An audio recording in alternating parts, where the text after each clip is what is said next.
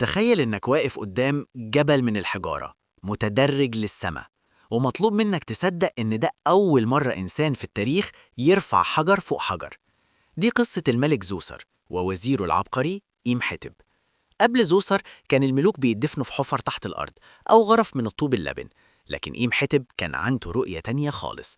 قرر يبني سلم للسماء عشان روح الملك تطلع لخالقها. بنى هرم سقارة المدرج، والأول مرة في التاريخ البشري تم استخدام الحجر الجيري في بناء ضخم ومستمر لحد النهاردة. لكن السر مش في الحجر، السر في المتاهة اللي تحت الهرم. 6 كيلو مترات من الأنفاق والسراديب والآبار اللي بتوصل لعمق 30 متر تحت الأرض، مرسوم عليها لوحات من الفيانس الأزرق وكأنها قطعة من الجنة. الغريب إن إيمحتب ده من كتر عبقريته في الطب والهندسة والفلك، اليونانيين بعد آلاف السنين عبدوه واعتبروه إله الطب. إزاي إنسان واحد قدر يغير شكل العالم ويبدأ عصر المعجزات الهندسية من غير تكنولوجيا ولا كهرباء؟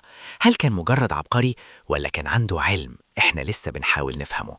اشترك دلوقتي عشان تعرف باقي أسرار الحضارات اللي سابت لنا ألغاز مفيش ليها حل.